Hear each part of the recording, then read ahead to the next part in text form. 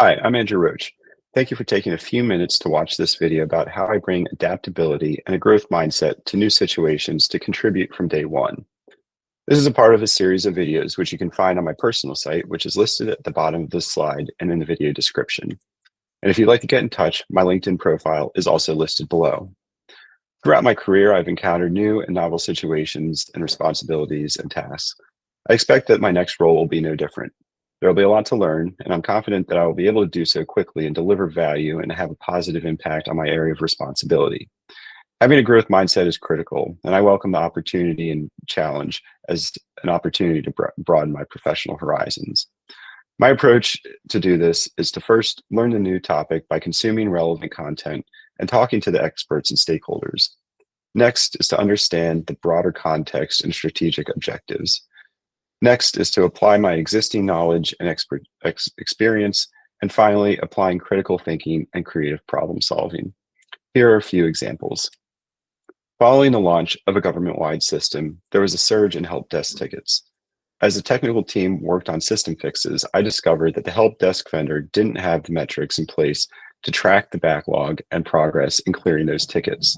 So I stepped in to guide the vendor in providing what data I wanted them to collect so that senior leaders could see the backlog clearing progress. I also developed a reporting framework for the vendor and a dashboard for senior executives to easily check the progress on a daily basis.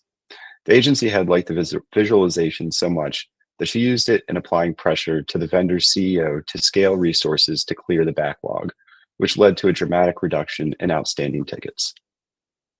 When I started as the business unit FP&A director, my role included contract administration and oversight. This was an area that I had no prior experience with, so when I accepted the position, I learned the process challenges of our contract administration functions. Within a few months, I had identified and implemented several process improvements that strengthened our evaluations of contractor performance by standardizing the evaluations and establishing a timeline for contracting analysts to submit their vendor evaluations. I was also able to apply my financial reporting expertise to this new function, as a long-standing issue in the financial community was getting accurate and reliable expense accruals from the program and contracting personnel, due to it not being a particularly high priority for program leadership. However, with my dual responsibilities of program financial management and contract administration, coupled with my prior enterprise FP&A experience and recognition of this issue, I was able to work with the contracting analysts to develop and implement a standard and evidence-based accrual estimation methodology that strengthened the reliability and audit readiness of my program's financial reporting. Following an Office of Inspector General report identifying lapses in judgment and internal controls for a technology consulting business line, the commissioner asked me to conduct an independent review of the broader internal control environment of this business line.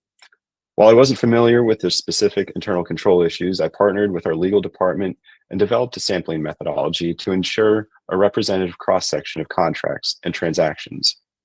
I'd also developed a set of 15 criteria against which we reviewed about 150 transactions and associated documentation for compliance with statutory and regulatory requirements.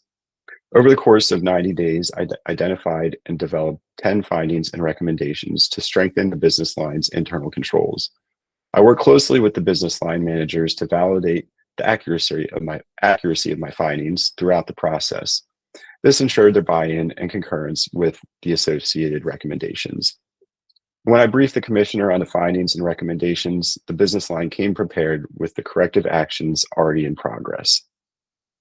So to recap, my approach is to learn the new area of responsibility by reading relevant material and talking to the experts and stakeholders, understand the broader context and objectives, apply my existing knowledge and expertise, and apply critical thinking and problem solving, all to deliver value and have an impact on any task or responsibility that I encounter.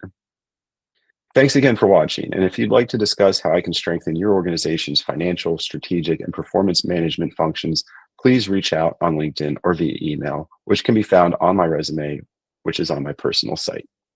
Thanks.